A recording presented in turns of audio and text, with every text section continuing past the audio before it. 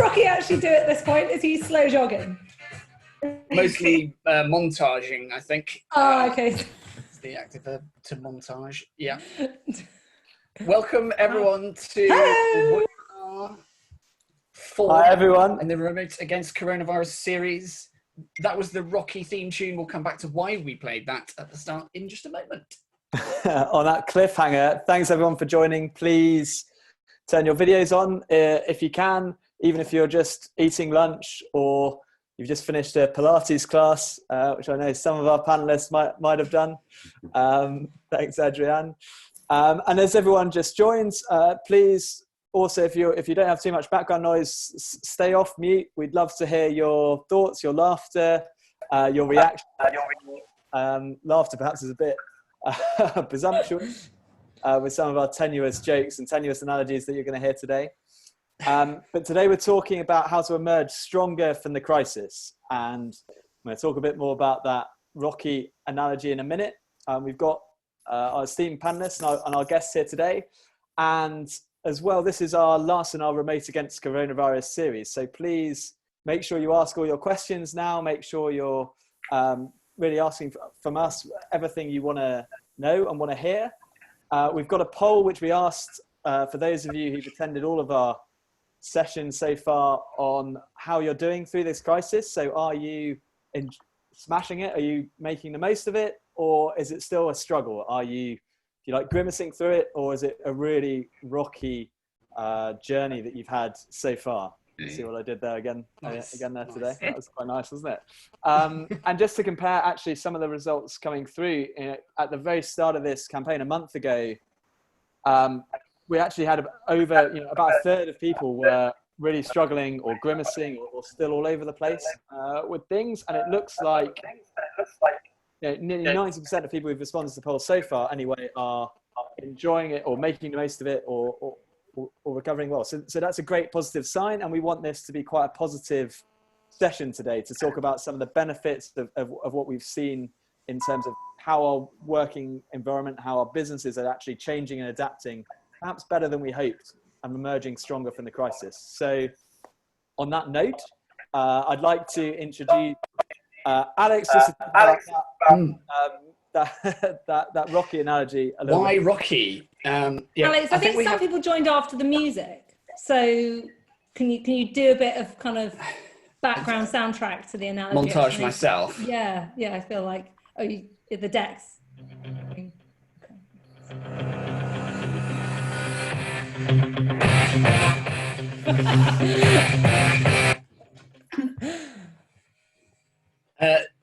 Why Rocky? What are we talking about? Has anyone even read the article that we circulated this week, which is about how companies are going to emerge stronger from the coronavirus?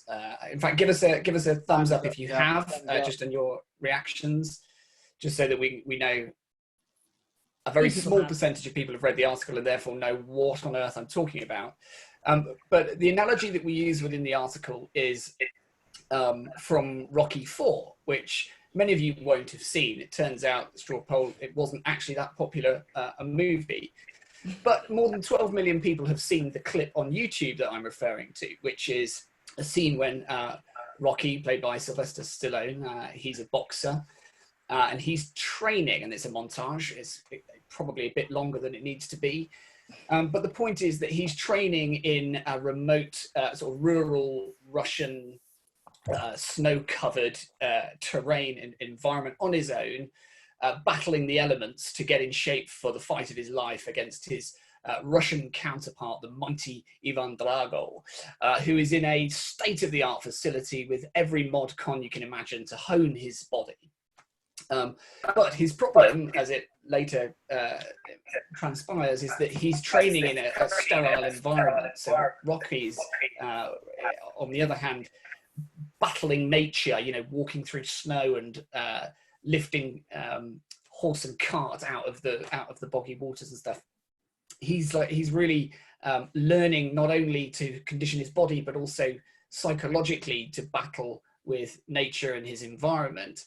And that's the tenuous link to coronavirus, which is that we are able to learn in battle, as it were, through this period of time. We're not just thinking about what remote working might look like. We're actually having to do it, actually having to learn on the job, and that will make us a lot stronger for kind of life after coronavirus. It will give us a lot to lean on in terms of experience and knowledge. And it can be the thing that gives us a bit of a cutting edge, a competitive edge as well, and hopefully some new thinking about the way we think about our businesses and run our businesses in the new world, or the new normal.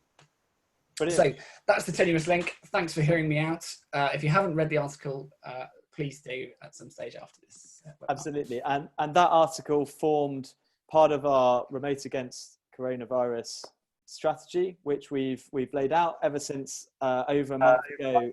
Remote working became such an integral part of the whole country and the whole world's fight against the coronavirus. So we laid out that strategy alongside the various stages of government response that we've seen, from delay to mitigation to ongoing research and actually being able to make the most of new opportunities that arise. So there are 5 articles that we released that in depth that are available on our website. There's been a series of these Remote Against Coronavirus live conversations, and a bunch of tools and tips that we've released as well. So that's, if you like, our strategy. And we now have Lizzie, who's another the co-founders of Hoxby. Do you want to introduce us and say hello to everyone? Yeah, I thought I would just talk briefly about Hoxby for anyone who isn't familiar with Hoxby as a company. I am wearing a little bit of birthday garb here, and I've done a little bit of Hoxby decoration in the background because we are actually 5 today, which is very exciting. We pride ourselves on being... Congratulations! Thank you. We are launching loads of exciting new stuff today as a consequence. But I'll come back to that in a second. So we're 5 years old. Hoxby was founded with a kind of central purpose, which was to create a happier, more fulfilled society through a world of work without bias. And what we did was we set up to pioneer that world of work without bias ourselves by creating a diverse community of 1,000 people to deliver projects for some of the biggest clients in the world, like Merck, Amazon, AIA, Unilever, and Warner Brothers, amongst others. And what we do is we bring those teams together in their own work style, which again, I'll come on to later, in order to create brilliant outputs. And today as well, we are launching, very excited to be launching the Hoxby Foundation, which is to celebrate 5 years, but also so that we can drive a lot more change in the world above and beyond ourselves. So we're already a social enterprise, but that's what's happening today. And I should also say that we do consult on future-proofing. So everything that we're talking about in Remote Against Coronavirus, we also consult in that. And we work in various other business areas, and we've got 2 of the managing directors with us on the panel today. Brilliant. So let me introduce them now, because today we're talking about looking at the internal and the external perspective. So the 2 relationships, if you like, that companies are looking to maintain through this crisis and to emerge stronger with. So the internal relationship with our workforce and our employees, and the external with our customers, with our clients. So we have Adrian Sale, who is our Managing Director of Hoxby HR, veteran of the HR world, worked with a number of multinational companies over a career. Has been at Hoxby for over 12 months now. And Chris Locke, who is got you in our role as Managing Director of Hoxby Marketing. So hopefully the ideal people to provide both of those perspectives. So thanks guys very much for joining. I might start with Chris, first of all. As well as being a big Rocky fan, could you just give us an idea of how marketing's changed in terms of clients' ability to manage those relationships with their customers at a time like this? Yeah, sure, happy to. I think a lot also will really depend on the situation the client finds themselves in right now. If your business is still able to trade at the moment or not, that will change the type of relationship that you need to have. But you still need to maintain the right relationship with your customers throughout this period so that you can emerge an awful lot stronger afterwards. And that requires quite a deal of structural agility. in being able to change and pivot how you've been communicating with your customers previously, to understand what people need to hear from you right now, and what's appropriate to hear from you right now, so that you remain a part of their lives and you remain in a strong position coming out the other side of this. And you know, I think we've probably all experienced some absolutely superb gestures from companies recently in terms of content or CRM or offers, and some real horror stories as well.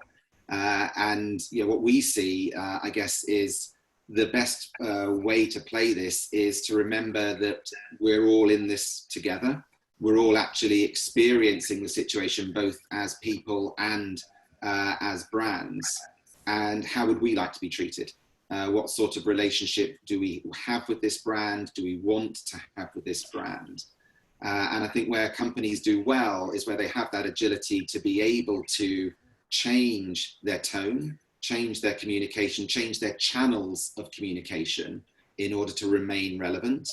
And those companies that are unable to do that themselves reach out to agencies and partners and freelancers to be able to give them the capacity and the expertise that they need.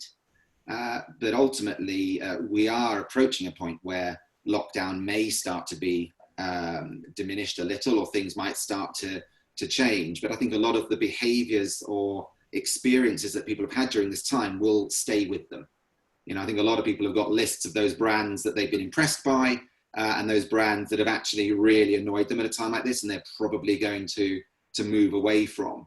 So the strength lies in having the right relationships so that when you emerge, you've harnessed the positivity of your actions and the actions of the community around you to emerge stronger, to retain some of those relationships or even deepen those relationships.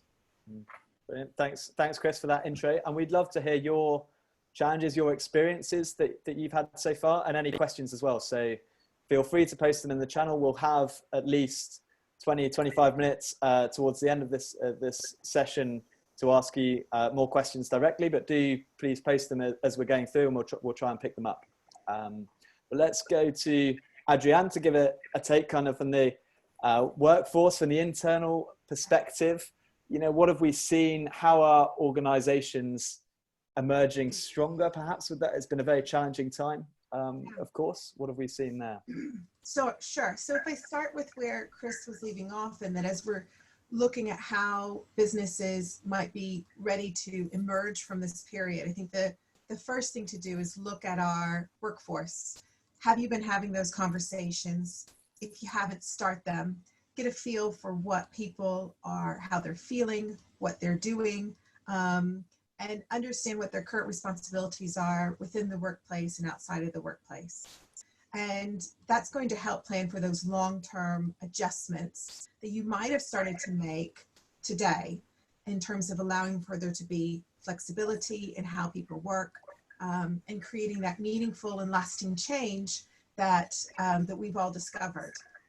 And I think an acknowledgement that during this time, your employees may have been under all sorts of different stresses, but also may have been on a journey about their priorities, how they want to structure their life. And this time might have allowed them to have that opportunity to explore more time with family, time with pastimes, and creating a workforce that allows that to continue. Because by allowing those opportunities to continue, you're having a much more fulfilled workforce. They're much happier in what they're contributing, and their ability to be more than just a person that sat at the desk from 9 to 5 will ensure that lasting relationship with the whole workforce, which in turn increases productivity and ensures commercial success. So keeping that tension and the balance of our people ensure our commercial success as you know, two ends of a seesaw is really important to keep that. They're not in isolation of each other. And perhaps just picking up on that and looking at ourselves as Hoxby and the tensions that we've found. You know, Alex, how have you found that we've been affected within Hoxby ourselves, and what have we done during the crisis about that? Yeah, so Hoxby, if you don't know, is an entirely freelance business model. So everybody within the community is self-employed, and we understood that there was a big impact on the self-employed as a result of coronavirus and losing work and that sort of thing. We also are a community made up of people who want to work atypically. They have other obligations, whether they're parents or carers, whether they have a physical health or mental health condition that they're managing as well. So we wanted to be conscious of the fact that they might not have as much time because they have other competing demands. So we wanted to kind of get a picture of that so that we could understand how to best help. So we did a quick survey to find out and to help us make some decisions. And what we found surprised us a bit. What we discovered was that we had overall more capacity than we had before coronavirus. And that's because 53% of the community said they had more capacity, and that's as a result of losing work that they would otherwise have had outside of Hoxby. Whereas 30% said it had decreased. So, and that's kind of roughly in line with the number of working parents that there are actually in the workforce, but that's perhaps coincidence.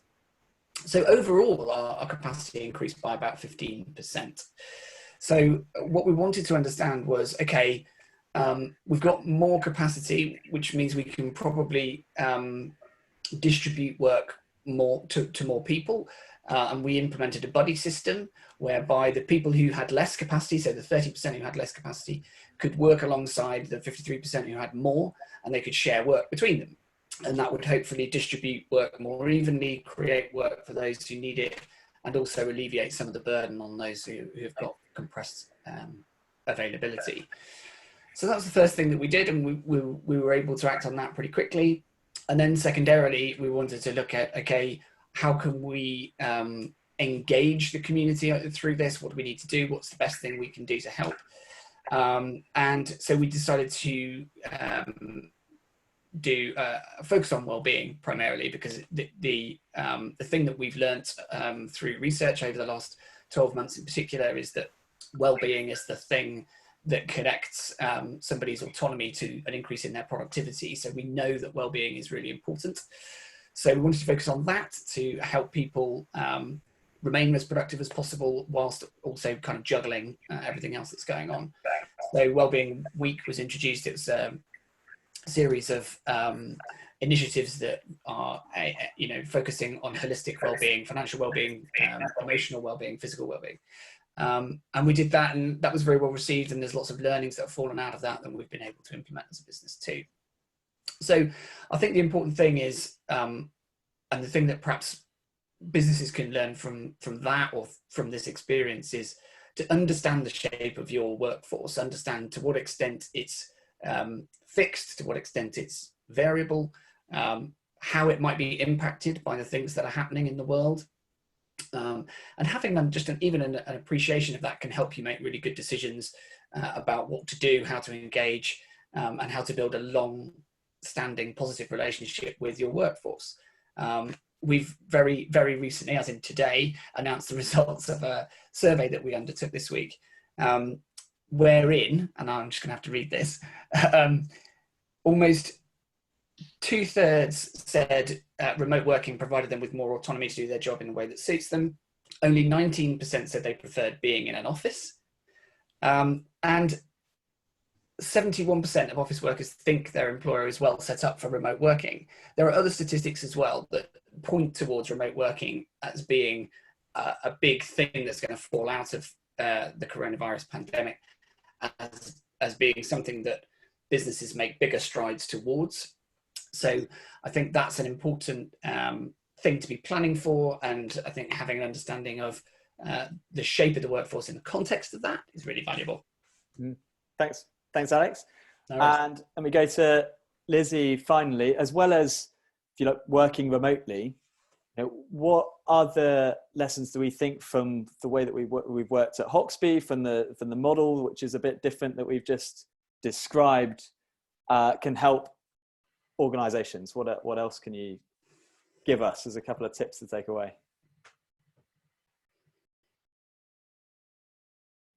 I muted because there was a delivery, because that's what happens when you work from home.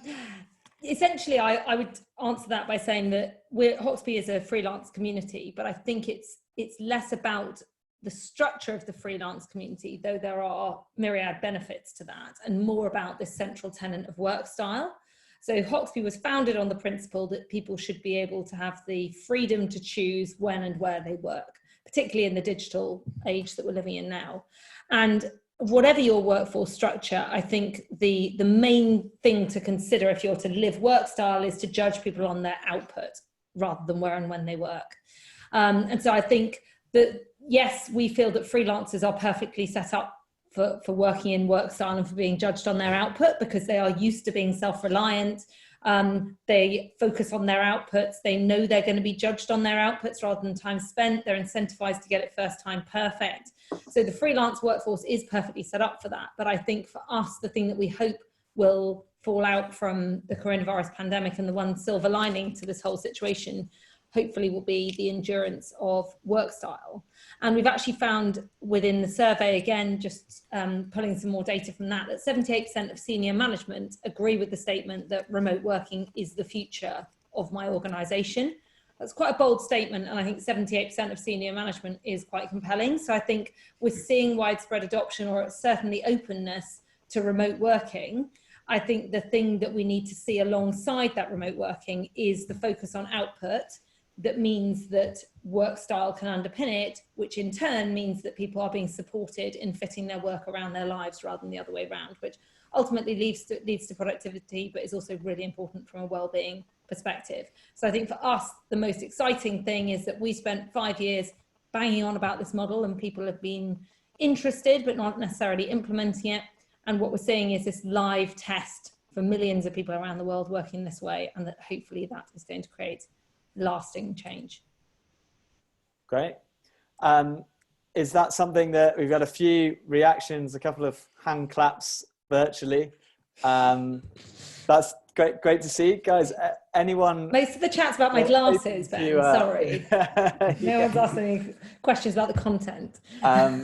So yeah, so now is your time as much as anyone else's. So please do. What are the challenges that you've seen? What are the lessons that you've learned? What are the questions that you still have about how do we really get this to be a driver for lasting change? Or what are the challenges to get there?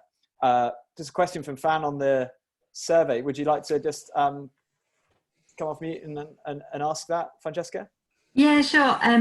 It's really, really interesting results. Having worked in both ways for 20 years, I was a permanent employee, and then in the last few years I've worked remotely and in a much more sort of agile way. So just be really interested to know who you sent the survey out to have such a high proportion of people come back and say, that is going to be the future, and how many people in the survey.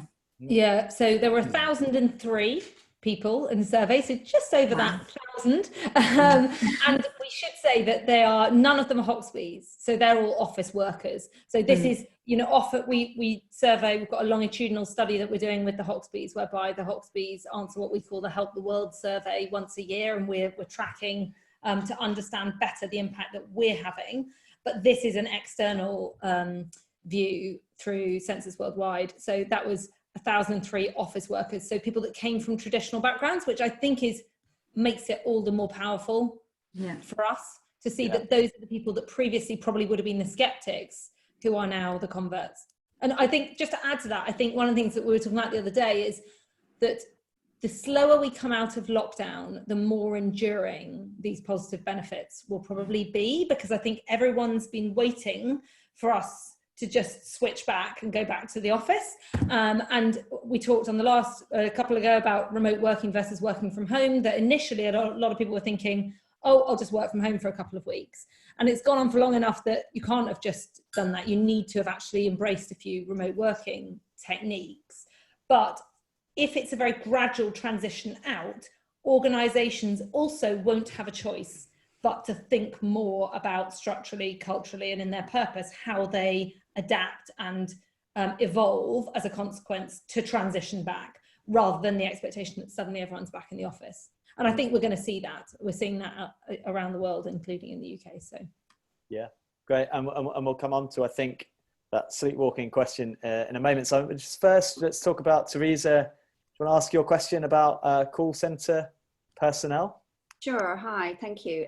Yeah, I was interested to actually find out whether from your experiences, and not necessarily the survey, but a lot of the larger companies have massive numbers of call centres around the world, and just wondering how they've managed, if you've got any sort of up-to-date views or information on how well they've managed to shift call centre personnel to home working, if at all, or whether they've done a 50-50 approach. Don't know if you've got any experience or views on that. I actually have one client contact that I've been in touch with, one of the major outsourcing companies who run a number of these call centers, and she leads the organization, and said it's been incredibly surprising how easily they've been able to do that. That they shifted their in basically the entire operation remotely, and seen loads of benefits from it. They've even the biggest change that they noticed, and the challenge was actually with some of the board meetings that they had, was getting all the board members used to that way of working, and they're the people who probably found it slightly more strange than a lot of the people they had in their call centers. That was one of the. We often say that within the future-proofing model, we have purpose, culture, and structure. And we often say that the structural side, you can make the change that needs to be made, but it's the cultural side that's often more of a challenge. And that often sits at the senior to middle management, senior management level, because those are the people that have been acclimatized to that particular way of working. So that's not unsurprising, I guess. But I'm guessing they're converts now, Ben. Yeah, I think so. I think so. I didn't get too much detail of exactly what the challenge is and who the people, the board of directors. I had, interestingly enough, I had read somewhere about how productivity had increased because they had the trust and confidence in their team members to work from home, give them the technology, work from home, and balance the home and work life. And, and there was some evidence, I wish I could remember the survey I was reading at the time, but it did demonstrate actually an increase in productivity. And I thought, I wonder how wide this is, which is why I thought I'd pose the question, but thank you, appreciate your input. I think that's a really good point though, Teresa, because it's something that we talked about in another webinar. The concept of trust is so important to remote working. And we talked about this concept of swift trust and then earned trust. So swift trust is that as humans, we start with the principle of trust. And sometimes that doesn't happen in business, but that is our natural disposition, is to start with swift trust. And then hopefully, if this goes back to Chris's point about proving that you can do that, you then get the earned trust in order to, which is much more enduring and therefore powerful. But also that's one of the things, interestingly, that we're looking at with the Help the World longitudinal study that we're doing at Hoxby, to see to what extent it is the trust that makes the difference in people being more productive. Because the thing that we're interested in looking at is not only well-being, and as Alex said, we've already established this causality between autonomy and productivity. The reason that if you're more autonomous, you're more productive is because it improves your well-being. We know that. And now we just want to understand what are the different aspects of that. And so trust is one of the ones we're looking at in more detail. I found calling. Oh, is that a little one? Is that another question? Yeah, I was just going to add on to that the importance of focusing on output, and actually that little voice is the perfect in for this part of the conversation, because Teresa, when you put the question out, you talked about call centres. I'm working with a client at the moment who've been at home operating their call centre for a number of years now remotely. And the main difference that they've noticed recently is you can't have kids running around in the background shouting when you're trying to answer a customer who's complaining to you. But the flexibility remains there, because that call can be picked up by any member of the team. And if you're currently needing to look after your kids, you can focus on emails or looking after your kids rather than taking calls. But that doesn't need to come from your manager. That comes from trust in each member of that team, helping each other out and operating with each other to give the best customer service, rather than the traditional model of being told exactly what to do and which hours in which to do them. And what I've actually seen in that environment is that those call center staff, we're actually offering longer hours with that client now to be able to deal with customer care inquiries, because at some points during the day, the call center staff are looking after their kids or homeschooling, but that means that they still want to work the hours and they're putting the hours in the evenings instead and catching up and following up. And actually, the consumers are really happy with that because they're still getting a response within a time frame that they feel perfectly good about. Great.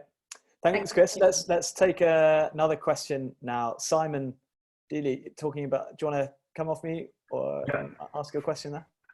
Yeah, so I could state it a bit differently, following on from the conversation we've just had. And Lizzie was talking about culture, and the kind of the significance of culture to change is that the changes that succeed are ones that start with a purpose, and then behavior changes gradually, and then you have a cultural change around that. And once the culture has changed, then those behaviors become the new norm.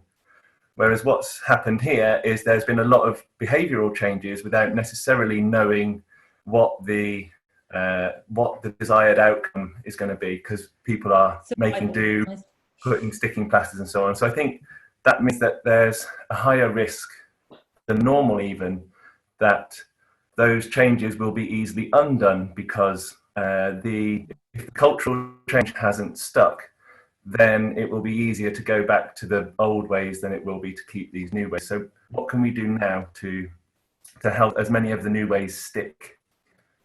Yeah, great question, Simon. Thanks very much for that. I don't know if that's one that any of our panelists, perhaps an internal view. Yeah, I was just going to say that I think for me that's about conscious emergence from the pandemic. And I think from a business perspective, it is about competitive advantage. I think that the businesses that sleepwalk back into the way they operated before will have problems in the long term retaining and engaging talent, because there is a new in supply and demand of resource. And I know that Adriana said this before, people will remember the way that they were treated now, but they will also remember what it was like to be able to work this way. And that will set a new expectation. I was talking to someone the other day that said that they couldn't believe how much their travel and expenses, they'd made savings over this pandemic. They must have known that they had that T&E line on their P&L, but they obviously just hadn't really been paying that much attention to it. And therefore they wouldn't be changing back to the way they used to operate. So I think there are kind of the two sides. The one is that from an individual's perspective, if organisations do sleepwalk back into it, you'll find that the individuals just won't put up with it and they'll start to look around. And then there's a business perspective that is, I don't think businesses will be able to stay competitive if they do just do that.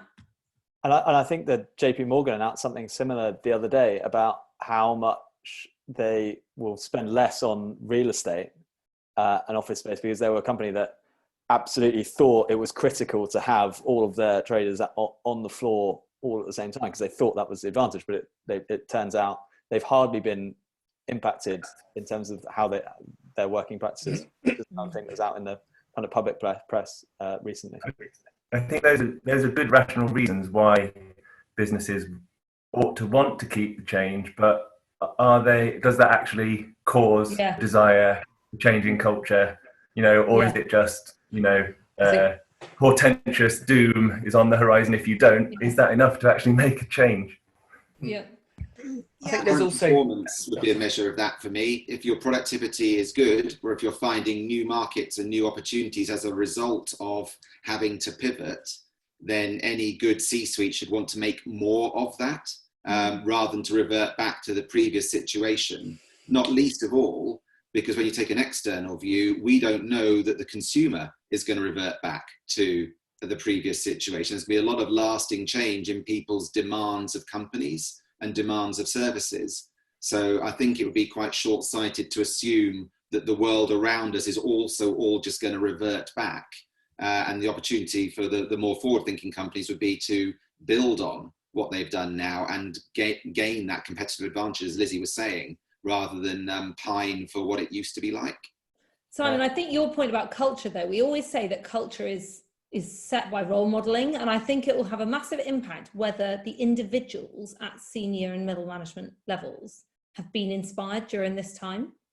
Because I think it's those individuals that if they have, and they've seen that their work can fit around their lives and people can be judged on output, I think that is actually, as you say, more of an indicator than potentially some of the more rational things, because it's the individual experience of those decision makers that will have a massive impact on the way they choose to lead their businesses coming out of this.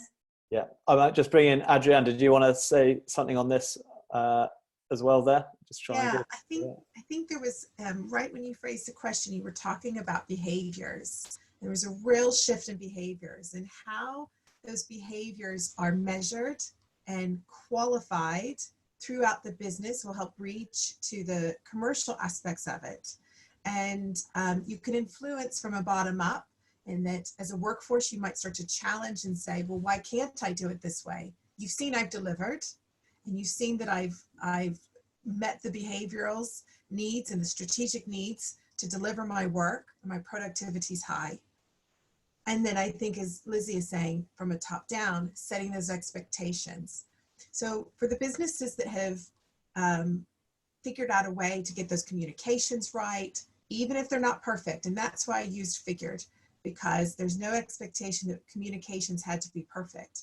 But if they started those conversations, that has opened up the avenues to really be challenging and saying, what does it need to look like for you coming out?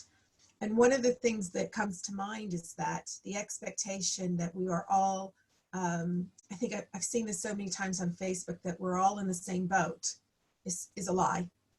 We're in the same storm, but we're in different boats, and we have different parameters that we're all working to when we exit this this arena. I'm someone that has to shield. How are we going to exit as a family? I have much different concerns than perhaps someone that is enjoying that wants to get back to the day-to-day interactions. So checking those behaviors, coming back, having those, continuing the conversations will be critical to evolving to it. I don't think this is going to be exactly as it is now in 6 months' time. I think we're going to stumble for a few months. We all do that in change. We swing through different phases. But in 12 to 18 months' time, we could see a lasting embedded change. Yeah, great. Thanks. That helpful, Simon? A few different perspectives there. Victoria, do you want to ask your question as well? Hi, everyone. Nice to see some familiar faces. So I fully agree with everything you guys have been saying. And Lizzie, as you know, I am a massive proponent of all this. And I think one of the great things that coming out of COVID-19 is it will absolutely accelerate some of these changes in businesses that have probably already been on the journey, albeit at the early stages.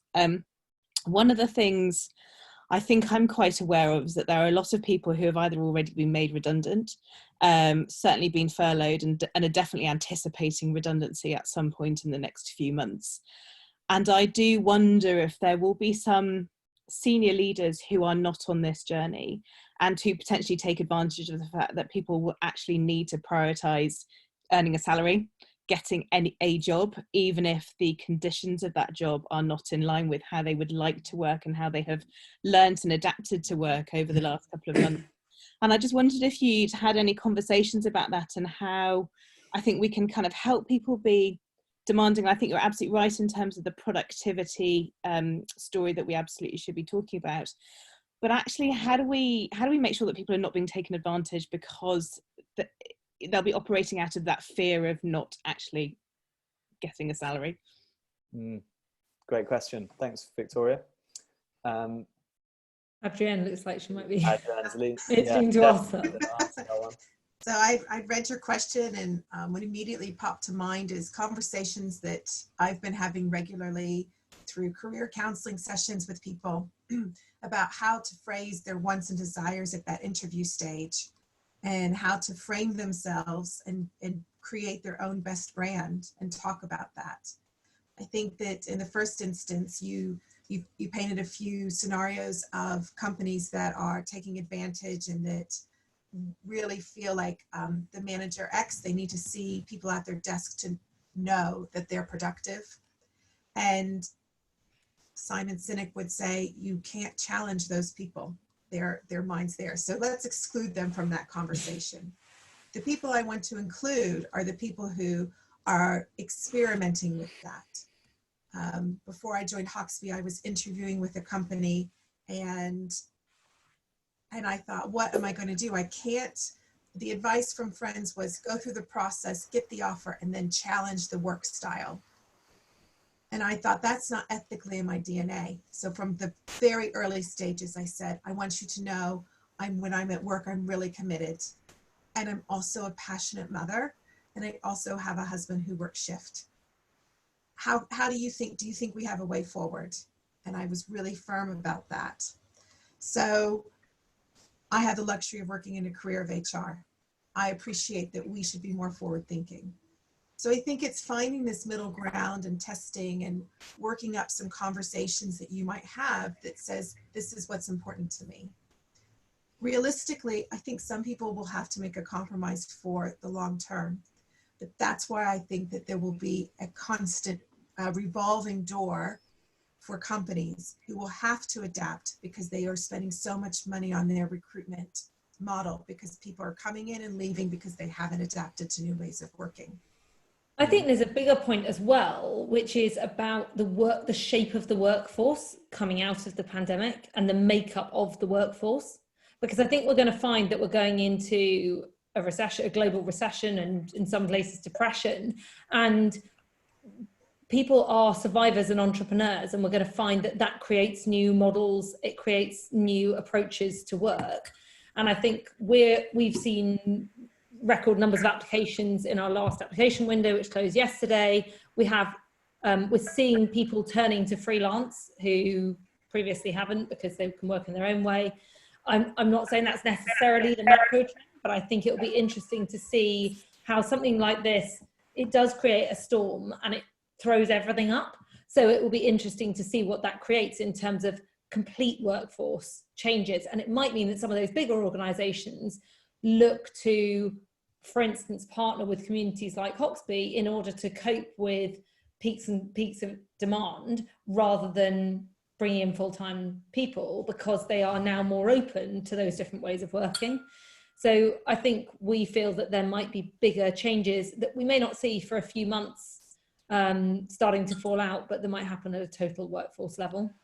I might just add one thing that I teach in workshops as well, which is like about the history of work. So obviously 200 years ago or more, people didn't move careers very much at all. It's very much a handed down in a family type of a thing. And also, traveling for work was not something people really did. The industrial era was something where the people moved to cities. Whereas now with remote working, you're so much more flexible that you obviously have many more opportunities actually available. You could kind of work for a company that could be based anywhere in the world from your home. So that's one thing that actually should be a driver of potentially more flexible working. People are able to move around a lot more, but equally you do have the other one on the other hand of it, if it's a depression or the overall total demand for jobs, if that sinks. But hopefully that is something that will bounce back, and something that will bounce back by there being more small organizations, more freelance people willing to take on that also responsibility, if you like, to create that type of work as well. So just like a bit of perspective on that might be helpful. Should we move on? Anyone else wanted to? Alex, did you about to chip in? I was just going to say that I think work style becomes increasingly important as a language to be able to hold companies a bit more to account now. So to be able to say post coronavirus, this is the work style that I want to have. And we've all learned a lot about how that's possible. So it makes it much harder for a company to say no. I think companies need to have a really clear stance on how they're going to embrace the newfound wisdom of the workforce to be able to make best use of the talent that's out there as well. So I think that's going to create a really interesting dynamic coming out of this, particularly in the short term. Mm-hmm. Great, thanks. Muriel, you have a really interesting question about key workers. Do you want to come and ask that to the crew? See if we've got an answer for you. Oh, hi. Yes, I agree with everything everyone's been saying. It's a really interesting conversation. I work for a small social consultancy that sort of specialises in flexible working, and what we find is that a lot of employers are sort of quite well forward on the journey of flexible working, you know, even if it's sometimes against what they feel is their own better judgment. But it's becoming increasingly mainstream. I think my concern is, and certainly when we work in sectors like education and construction and healthcare, is that a lot of jobs have to be site-based, and they're struggling with retention and recruitment anyway, partly due to the workload and the difficult work conditions quite often. But I'm slightly worried that this will really accelerate the growth of flexible working in roles where it's possible and quite straightforward. But in other roles where people really do need to be on site, it's going to become even harder to recruit people into that, because it is just a much tougher working environment, and there's going to be less money to be spending in those sectors as well. So I'm just wondering if what we're going to be seeing is sort of greater divide between, you know, quite interesting freelance jobs, you know, people being able to work quite flexibly, and those people, you know, as we see now, the key workers are so highlighted, who do have to keep trudging in, doing really difficult jobs that a lot of other people don't want to do. And so I just wondered what other people were thinking about that. It's a really great question. I have actually a couple of thoughts, but Adriani, nodding, would you like to? My husband's a shift worker, and it's something you said made me think. Our constant complaint is that we can only get access to some services Monday to Friday, 9 to 5, and how infuriating it is.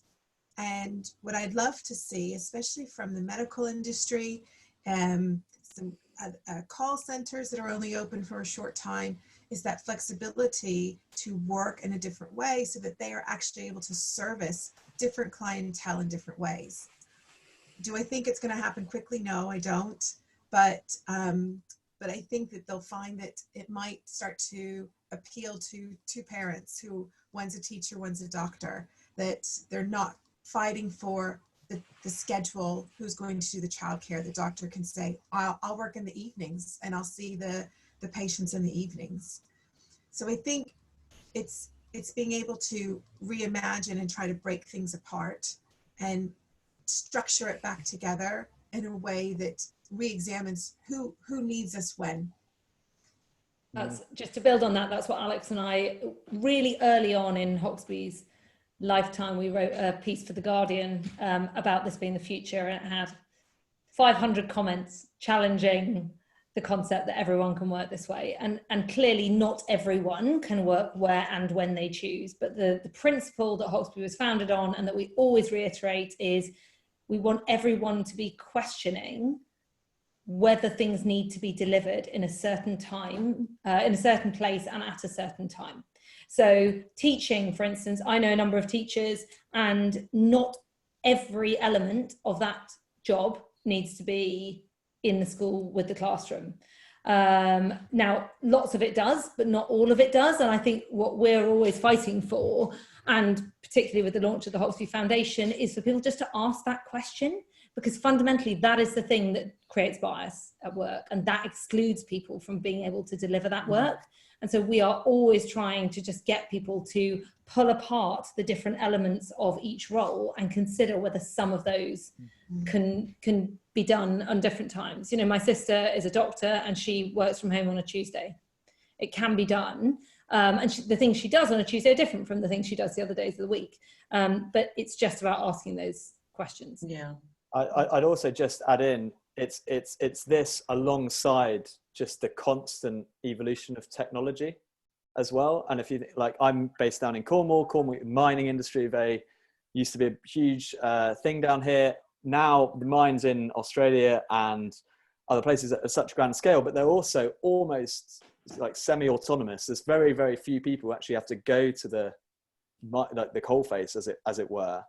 And actually, as technology evolves, we're creating roles, you know, alongside that, where we should be building in this sense of flexibility, and those things alongside. And you know, obviously, that we're not there yet at all in completely in healthcare and some of the sectors that you mentioned, but it's just something to bear in mind. I think as that evolves as well. Yeah, thank you. No problem. Let's take a couple more questions before we get to the end of the hour. And Teresa, you're talking about virtual leadership. I think again.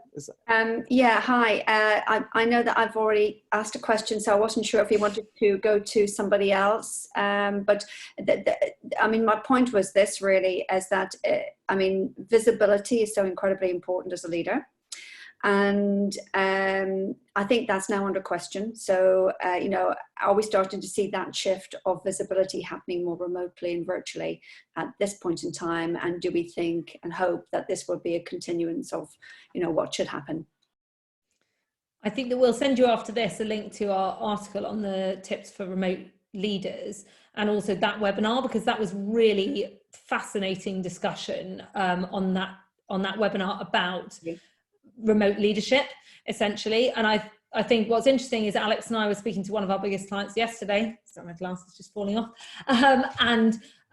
We had that exact conversation that this pandemic has been a great leveler, that where previously leaders felt the need to be visible in an office, now nobody's in the office. So being visible means being visible in a different way. And Alex and I, we've never had an office. We've got 1,000 people working in 43 countries. We've just got in the habit of sharing little videos. So what leadership is will change, and hopefully will become a bit more authentic in some cases because of the environment and the way that it's captured. Mm-hmm. It has to, doesn't it? I mean, in order to transcend geographies and to work in a distributed environment, you have to be incredibly authentic and display different behaviors. It's much more about being empathetic and supportive and nurturing of the collective effort than being in the same room as someone and kind of issuing a mandate. So it's kind of different set of behaviors for leaders coming out of this and into the future, for sure. Great, thanks. Any last questions before we go? Ask everyone to share their key takeaway. And as we did last week, we've asked our panelists to bring along a little prop to help you remember it. So a little physical feature. Who would like to start us off? Chris, would you like to share your kind That was me shifting in my seat rather than volunteering myself. I'm very happy to go first if you like. Yeah, you know, when I was introduced up front, I was talking about our external relationships and people managing them well or badly. And what I've kind of likened that to is, you know, that we are all experiencing this at the same time. And I think there's a great parallel between brands and people. And the way I think about it is, who are the people that I would like to hear from at a time like this? Who are the people that I expect to hear from at a time like this? Who are the ones that I get a pleasant surprise? But they're not equally like, who really annoys me at a time like this, right? And brands, I think, can behave in exactly the same way, and it needs to be a lot more conscious. And so whether it's with content or whether it's with CRM, and you maintain the right type of relationship with your consumer by being useful or by being entertaining or by being reassuring, never ever by being annoying or by taking advantage and a bit of vulture capitalism. So today in the mail, the DVLA got in touch to ask me to pay my road tax, and there was absolutely no amendment to this document to reflect the fact that I can't drive my car at the moment because I'm in lockdown. And so that's just continued without any consideration of circumstances. Now, you know, I get that, you know, in life there are two certain things, and one of them is taxes, but even so, right now, I think there was an opportunity lost there to have a different type of relationship with me, even on something as predictable as when my road tax was due. Thanks very much, Chris. Adrienne? Yeah, so my key takeaway is to really try to find those unique talents in the right places for people and use this time to re-examine that, understand what their preferences are, understand their other passions. And there's this glorious clematis here, and it really came home. We've doing any gardening. I can't believe that I had this extra time. And I needed a place to plant my kids' vegetables.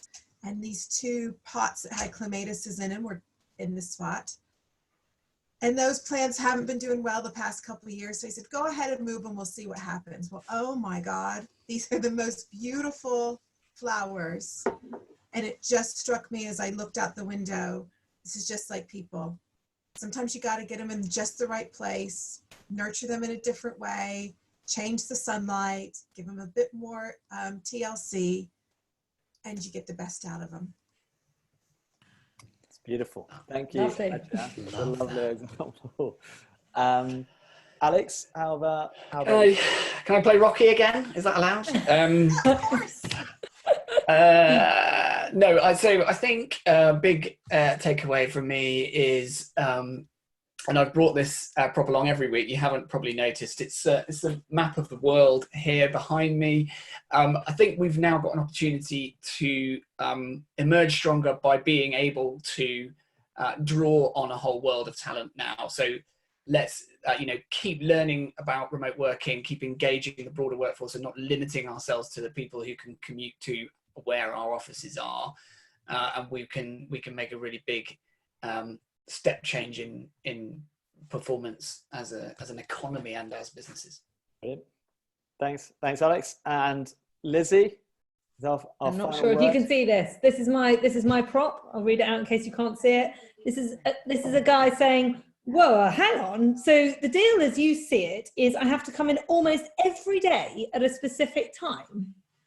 And this is a joke card. I've had this joke card for about 5 years. It was funny 5 years ago. I just don't think they're going to be selling this anymore, because that's not a joke. That's like actually outrageous that you'd be expected to be at your desk at a specific time. So for me, it's my same one. It's work style, which is that if there's one thing that hopefully lasts from this, in however small part, hopefully it is the language of work style, which is judging people on their output rather than where and when they work. And hopefully that will be more and more embedded and will create the world of work without bias that we're hoping to create. Brilliant. Thanks, guys. And just before you go, before we end this mini series that we've been running, please let us know in the poll how you found it. Have you taken away something useful? Do you want to stay in touch? Have you found it fascinating? Or have you at least had a little bit of fun with our Rocky theme tunes and virtual Mexican waves over the last couple of weeks?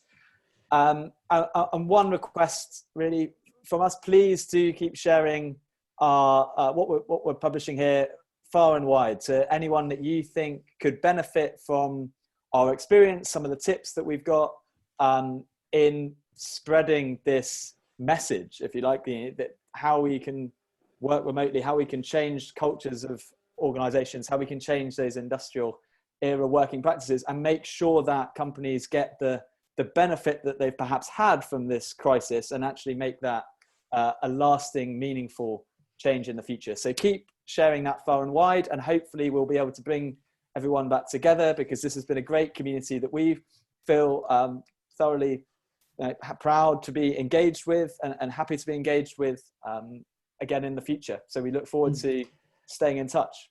And Alex, would you like to say? Yeah, I was just going to say, so Simon's just asked, is this the last in the series? Yes, it is. What's next? We're going to continue the conversation. So we've got your email address now, so there's no escaping us unless you click unsubscribe.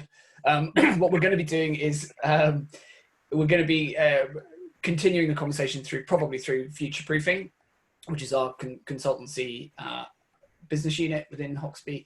So watch out for the emails coming through. You'll be invited to take part in the ongoing conversation. Yeah, and we'd just like to say that this is a wonderful forum to kind of share your challenges, what we've learned, what you guys have learned as well, and we absolutely try and keep that conversation going over the next few weeks. So there'll be more of these webinars.